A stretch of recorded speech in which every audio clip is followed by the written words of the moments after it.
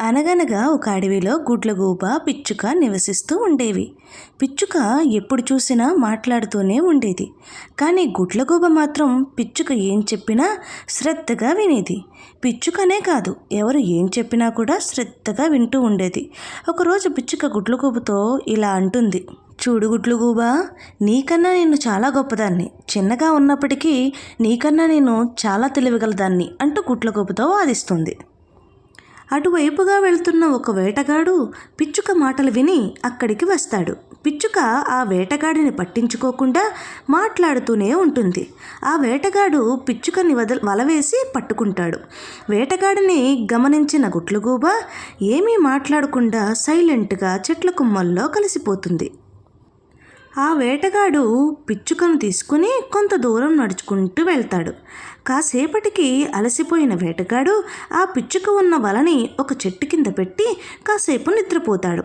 అదే అదనుగా చూసిన గుడ్లగూబ అక్కడికి వచ్చి నెమ్మదిగా ఏమీ మాట్లాడకుండా పిచ్చుకకు సహాయం చేస్తుంది. ఆ వలని తన ముక్కుతోటి చించి పిచ్చుకను బయటికి తీసుకువస్తుంది. గుడ్లగూబ పిచ్చుక రెండూ కలిసి సురక్షితమైన ప్రాంతానికి చేరుకుంటాయి. అప్పుడు పిచ్చుక గుడ్లగూబని ఇలా అడుగుతుంది. నేస్తమా, మన ఇద్దరం అక్కడే ఉన్నాం కదా, మరి కేవలం వేటగాడు నన్ను మాత్రమే ఎందుకు తీసుకుని వెళ్ళాడు? నిన్ను పట్టించుకోలేదు ఎందుకు అని అడుగుతుంది. ఓసిన పిచ్చి పిచ్చుగా, నువ్వు మాట్లాడడం వల్లే వేటగాడు నిన్ను గమనించగలిగాడు. వేటగాడిని గమనించిన నేను చెట్ల మధ్యలో కలిసిపోవడానికి ప్రయత్నించాను. అందుకే వేటగాడి నుంచి తప్పించుకోగలిగాను. కొన్నిసార్లు మాట్లాడడం కన్నా మౌనంగా ఉండడమే ఎంతో ఉత్తమమైనది అని గుడ్లగూబ పిచ్చుకతో అంటుంది.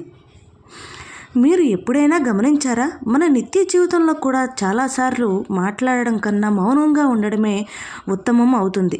మూర్ఖులు చాలాసార్లు మనతో వాదిస్తూ ఉంటారు, కానీ మనం ఓపికతో మౌనంగా ఉండాలి. మూర్ఖమైన మాటల కన్నా మౌనం ఎంతో ఎంతో ఉత్తమమైనది అని చెప్పేదే ఈ కథ యొక్క సారాంశం.